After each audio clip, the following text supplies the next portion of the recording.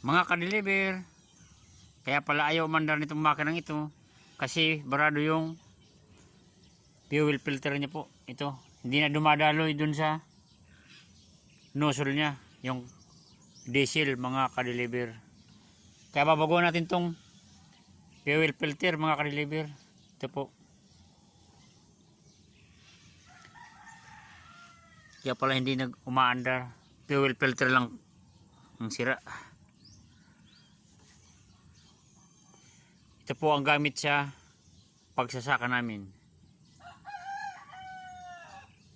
Tatanggalin natin ang fuel filter.